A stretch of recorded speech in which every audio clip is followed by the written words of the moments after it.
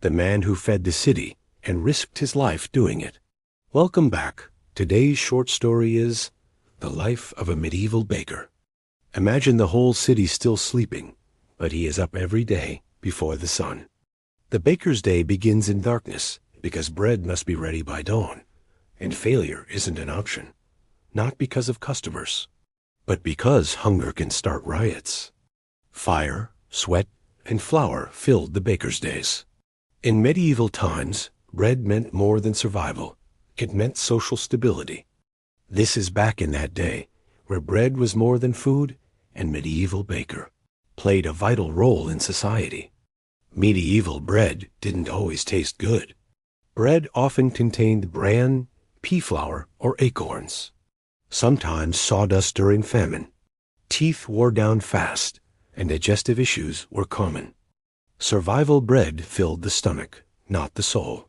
Water, flour, salt. These three were the holy trinity of making a good bread. Yeast? Sometimes. Other times, well, you borrow yesterday's luck from yesterday's dough.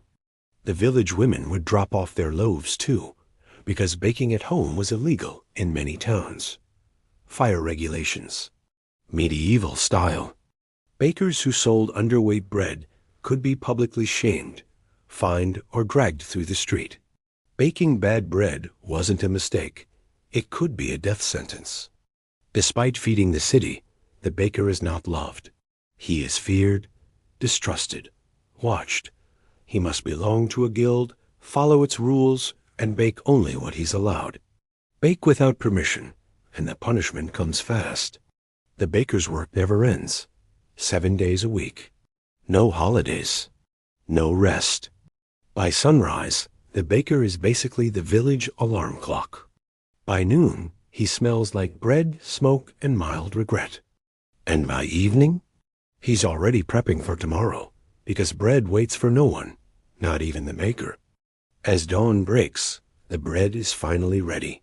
The city wakes, the oven's cool, and for a few brief hours, the baker survives another day. Because in the Middle Ages, bread keeps the city alive, and the baker stands between order and chaos. Despite being essential, bakers were often distrusted. When food ran out, the baker was the first to be blamed. Baking wasn't always safe. Flour dust was highly explosive, so the same flour that fed the city could burn it to the ground.